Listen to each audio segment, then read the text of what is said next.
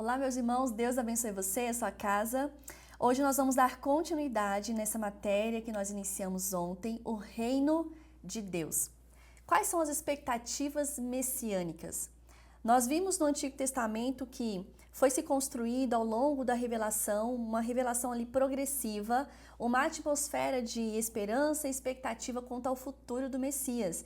E essa expectativa ela não nasceu de especulações humanas, mas ela foi moldada pelas alianças, pelas promessas, pelas profecias que revelavam um reino que ainda estava por vir, que seria governado por um rei justo, eterno e universal.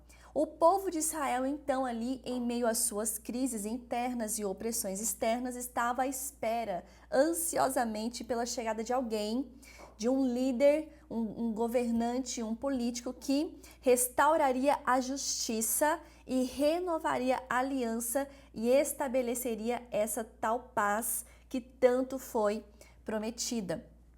Nós percebemos também os profetas trazendo esses apontamentos e o profeta Isaías, ele trouxe algo que foi antecipado para aquele tempo, algo muito novo, muito inédito. Hoje para nós faz muito sentido, mas você precisa interpretar as escrituras pela cultura e pelo contexto histórico e pelo tempo em que ela foi escrita, em que foi profetizado. Naquele tempo estava sendo profetizado o que nós vivemos hoje, mas que para eles não fazia sentido algum.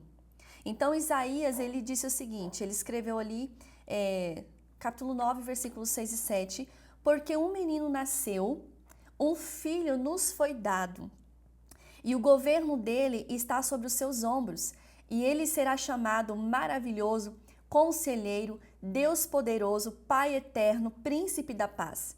E ele estenderá o seu domínio e haverá paz sem fim sobre o trono de Davi e sobre o seu reino, estabelecido e mantido com justiça e retidão, desde agora e para sempre. O zelo do Senhor dos Exércitos fará isso. Então você percebe que Isaías ele profetizou o que viria a acontecer, que era algo novo, ele estava reafirmando algo que viria a acontecer para trazer esperança ao povo. Nós temos a promessa messiânica e a linhagem de Davi. A esperança messiânica ela está diretamente enraigada à aliança que Deus fez com Davi. O Senhor prometeu, nós vemos ali em 2 Samuel, capítulo 7, versículo 12, quando a sua vida chegar ao fim, você vai descansar com os seus antepassados, eu escolherei um dos seus filhos para sucedê-lo e estabelecerei o reino dele. Então será ele que vai construir um templo para o meu nome e eu firmarei o trono dele para sempre. Isso aqui é uma promessa de Deus para Davi, sobre um trono que viria da descendência dele. E nós sabemos, obviamente, que não se trata de Salomão. O Salmo 2, ele reforma essa promessa. Diz o seguinte, proclamarei o decreto do Senhor, ele me disse, tu és meu filho e hoje eu te gerei. Pede-me e eu te darei as nações como herança e os confins da terra como a tua propriedade. Tu quebrarás com vara de ferro e despedaçará com um vaso de barro, como um vaso de barro. Esse cumprimento ele se revela de modo pleno em Cristo Jesus, como ele anunciou o anjo a Maria. Ele anunciou assim, será grande e será chamado Filho do Altíssimo. O Senhor Deus lhe dará o trono do rei Davi, do seu pai Davi, e ele reinará para sempre sobre todo o povo. Jesus, ele já reina de fato, mas a sua realeza em sua totalidade, com governo total, vai se manifestar plenamente na consumação final. Então nós percebemos que existe uma promessa messiânica a partir da linhagem de Davi. Foi prometido esse reino pela linhagem de Davi. Nós também temos o Messias como esse servo sofredor.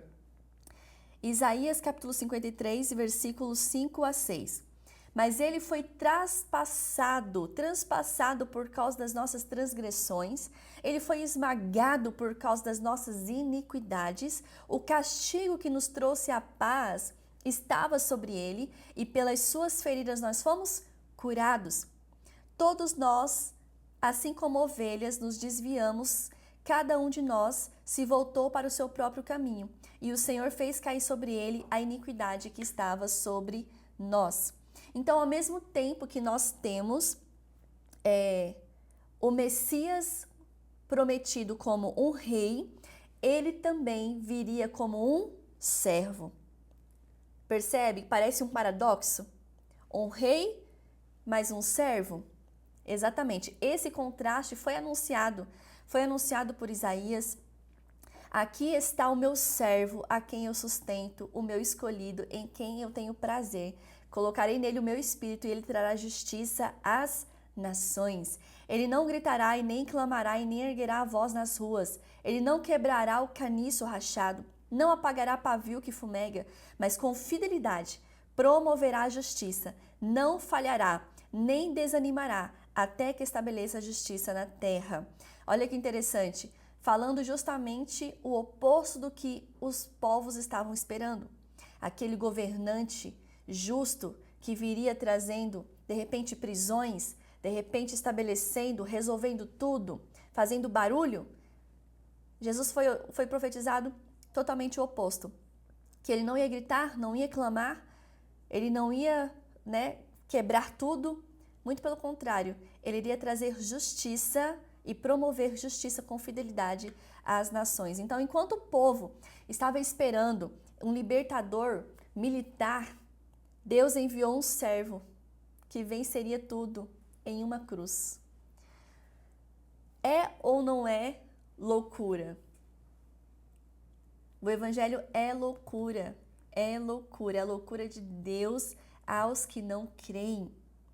Então, nós temos também algo muito interessante, que esse paradoxo do evangelho, ele é justamente que a vitória do reino de Deus, ela veio por meio de uma fraqueza e de uma cruz.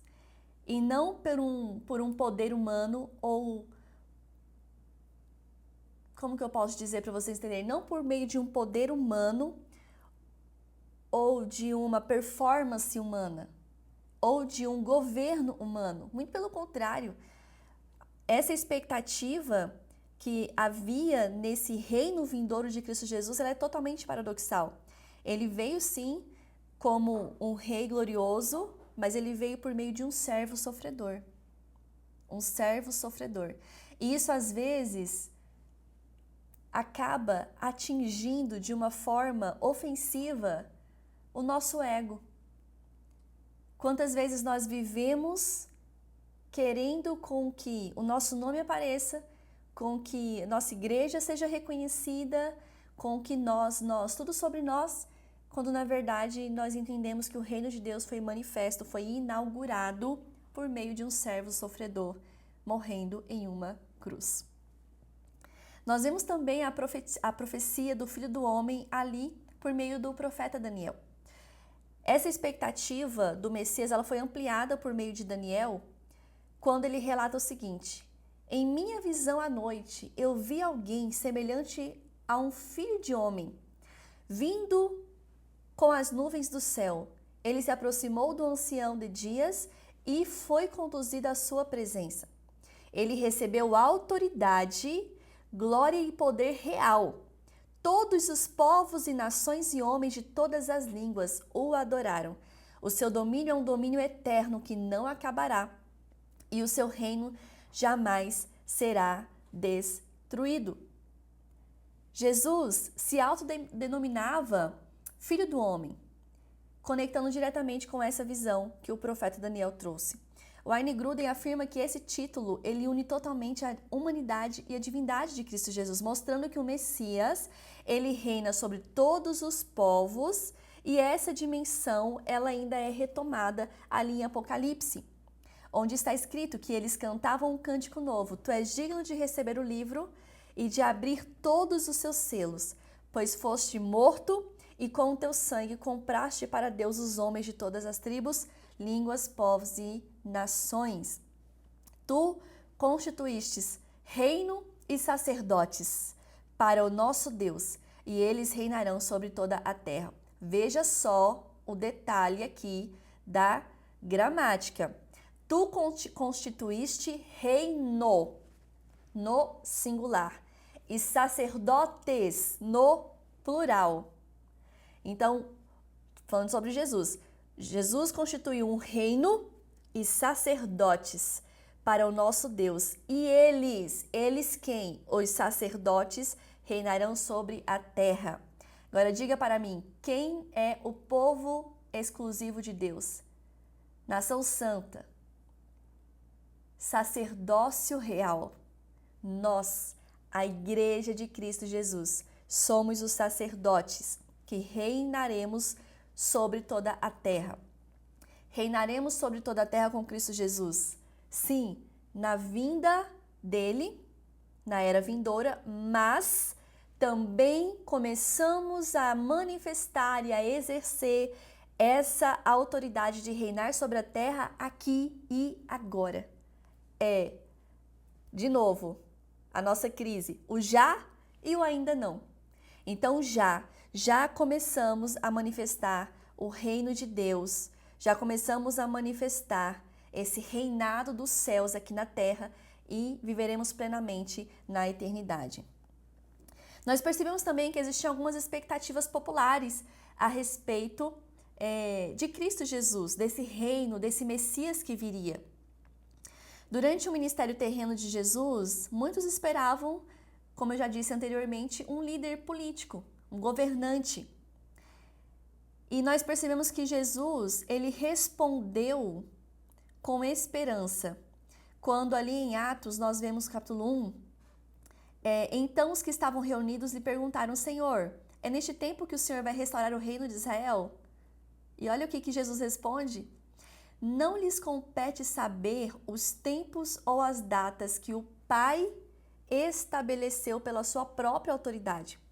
Mas vocês receberão poder quando o Espírito Santo descer sobre vocês. Então vocês serão quê? Minhas testemunhas em Jerusalém, em toda a Judeia, Samaria e até os confins da terra. Então você percebe que Jesus, ele também tinha que responder a uma expectativa. Existia uma pressão, existia uma expectativa sobre esse reino, e então Jesus vem trazendo esse entendimento. Olha, vocês não precisam saber a data, a hora, só precisam saber que o Pai estabeleceu pela sua própria autoridade. E quando vocês receberem este poder, que vai descer sobre vocês, então vocês serão as minhas testemunhas aqui, em Jerusalém, em Judeia, em Samaria, até os confins da terra. Esse é um dos entendimentos mais amplos que nós temos do reino de Deus. Essa grande comissão de espalhar as boas novas em toda a terra. E você percebe que nós, enquanto Igreja Batista Imagine, nós temos essa missão muito bem estabelecida como fundamento nosso enquanto igreja, enquanto uma parte do reino de Deus. Nós não nos contentamos em ficar apenas aqui, mas nós exercemos essa obediência. Nós estamos justamente sendo testemunhas de Cristo Jesus em Jerusalém, Judeia, Samaria e confins da terra. Aqui em Uberlândia, estado de Minas Gerais, país Brasil e em todas as nações da terra. Mas voltando aqui, diante de Pilatos, Jesus ele reafirmou a sua natureza espiritual e a natureza espiritual do teu reino. Olha o que ele escreve ali, o que ele diz ali, e João escreve em sua carta no capítulo 18. O meu reino não é deste mundo, diz Jesus. Se fosse, os meus servos lutariam para impedir que os judeus me prendessem, mas agora o meu reino não é daqui. Jesus estava ali reafirmando diante de Pilatos, no momento em que ele estava sendo preparado para a crucificação, de que o reino dele não era daqui. Jesus já sabia que seria crucificado, já sabia o que ia acontecer. E qual que era a expectativa das pessoas ali? Jesus faz alguma coisa, mata todo mundo, sai dessa cruz. O Senhor é poderoso, nós sabemos que o Senhor faz milagres. Mas Jesus vem trazendo esse entendimento. Ele foi como uma ovelha muda para a cruz, porque ele tinha um propósito a ser cumprido, para que o reino dele fosse estabelecido aqui na terra. Ele preparasse justamente esse reino vindouro, ele precisava passar por aquela cruz. E eu quero trazer para vocês agora esse entendimento dessa tensão do já e ainda não no reino messiânico. Então, o Novo Testamento ele nos revela que Jesus ele inaugurou o reino em sua primeira vinda, em seu nascimento, a partir de Maria, mas que a sua plenitude será estabelecida em sua segunda vinda. Isso aqui é muito importante você entender. Essa tensão do já e ainda não. Você vai ouvir muito isso aqui na teologia, o já e o ainda não. Essa teologia da inauguração. O que significa? Jesus, ele inaugurou o teu reino quando ele nasceu, ele ascendeu aos céus, ele inaugurou o reino, a sua primeira vinda. Ele veio na terra, ascendeu aos céus. E ele vai estabelecer a sua plenitude do teu reino na sua segunda vinda, quando ele virá para nos buscar como um rei. Meu Deus do céu, será poderoso. Glória a Deus por isso. Herman Bavinck, ele explica que Cristo ele reina agora, mas o exercício pleno da sua soberania será manifesto na renovação de todas as coisas. Ou seja, o reino está presente, mas ainda existe uma plenitude que virá. Para a igreja de Cristo Jesus, pastora, qual é a postura da igreja? Para a igreja, essa tensão do já e ainda não é motivo de desânimo, mas é motivo de alegria, motivo de esperança e principalmente é um motivo e um combustível para uma missão. Nós já recebemos uma missão, mas ainda não cumprimos essa missão. Por que eu sei que nós não cumprimos essa missão? Porque Jesus ainda não voltou. Enquanto ele não voltar, eu estou em missão. Não posso baixar a guarda. Faço parte do exército de Cristo aqui na terra. Enquanto ele não voltar para nos buscar, para renovar todas as coisas, para fazer novos céus, novas terras, eu estou em missão. Então, eu não posso descansar. Descansar no sentido de baixar a guarda. Você precisa descansar, viu? Descansar é um princípio eterno do Senhor que ele estabeleceu antes mesmo de nós estarmos aqui. Ele estabeleceu ali quando ele estava criando todas as coisas. Depois que criou todas as coisas, em Gênesis, céus, terras, homem, mulher, ele descansou. Princípio. O que eu estou dizendo é que nós não podemos baixar a guarda, porque nós já recebemos o Espírito Santo, mas ainda estamos trabalhando para que outras pessoas também tenham acesso a ele, certo? Então essa tensão não é motivo de desânimo para nós, a Igreja de Cristo Jesus. Quando eu falo Igreja de Cristo Jesus, não estamos falando da denominação em que você congrega. É a Igreja Una, Santa, Universal de Cristo Jesus, ok? Todos aqueles que foram salvos por Ele.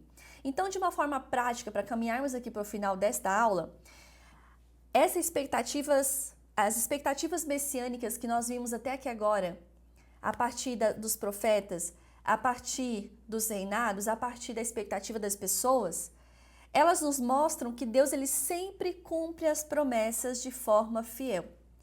Ainda que diferente de tudo aquilo que os homens esperam e aguardam, ele cumpre a promessa dele.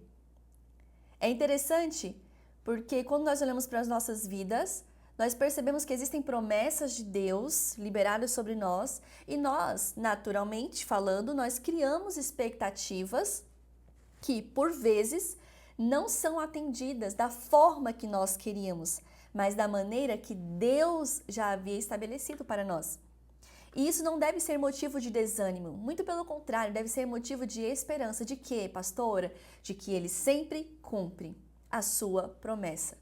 Independente do que eu criei de expectativa, do que eu espero, do que as pessoas esperam, Ele é fiel. E essa verdade, ela precisa mudar a nossa realidade, meus irmãos. Precisa mudar a sua vida, precisa mudar a sua realidade. Porque nós somos chamados a confiar que Cristo ele governa sobre todas as circunstâncias. E assim nós alinhamos a nossa vontade ao Rei. Nós alinhamos a nossa família, nós alinhamos os nossos propósitos, nós alinhamos nossa perspectiva de trabalho. Tudo o que diz respeito a nós alinhamos nessa perspectiva de que existe um reino e existe um rei, cuja vontade é boa, perfeita e agradável, cujo reino já está estabelecido, mas ainda tem um reino em sua plenitude para ser manifesto. Quando nós recebemos essa palavra, essa grande comissão, ide por todo mundo, façam discípulos de todas as nações, batizando-os em nome do Pai, do Filho e do Espírito Santo, ensinando-os a obedecer tudo o que eu os ordenei. E então eu estarei com vocês sempre até o fim dos tempos. Você percebe que nós já vivemos o reino de Deus presente e estamos aguardando uma esperança do que ainda vai vir em sua consumação. O reino e as expectativas messiânicas, ou seja, as expectativas de Jesus, nos mostram que existe uma continuidade da revelação de Deus. Como você já bem ouviu aqui tantas vezes, a revelação de Deus, ela é progressiva. Ela é progressiva. A promessa a Davi, o servo sofredor de Isaías, o filho do homem de Daniel, todos convergem em Cristo Jesus, em que Ele é o Rei eterno, Ele é o servo que se entregou, Ele é o Salvador universal que já reina e reinará eternamente. E Paulo, ele afirma, pois, meus irmãos, quantas foram as promessas feitas por Deus? Tantas tem o Cristo, o sim. Por isso, por meio dele, o amém também é pronunciado por nós, para a glória de Deus. Assim, então, meus irmãos, a Igreja de Cristo Jesus, eu e você, vivemos entre o já e o ainda não, anunciando ao mundo que o Messias veio, que ele reina e que ele virá em glória. Nós encerramos hoje esta aula, a nossa segunda aula. E eu quero parabenizar você que está firme aqui e eu quero te lembrar, você que está assistindo esta aula de maneira gratuita pelo YouTube, parabéns também pelo seu engajamento, mas nós temos uma plataforma exclusiva para alunos, que são os membros apoiadores. O preço é um preço extremamente simbólico, onde você vai estar em uma plataforma exclusiva, receber materiais exclusivos, acesso exclusivo aos professores e também estará exercendo o reino de Deus aqui, agora. Todas as mensalidades que nós temos no nosso seminário, elas são como meio de apoiar as missões que nós temos. Nós temos missões em vários países, crianças, órfãos, viúvas, e quando você está como membro apoiador em nosso seminário, nossa formação teológica, imagine aqui online, você está manifestando o reino de Deus aqui e agora, enquanto o reino perfeito não se manifesta em sua plenitude. Deus abençoe você, até a próxima aula.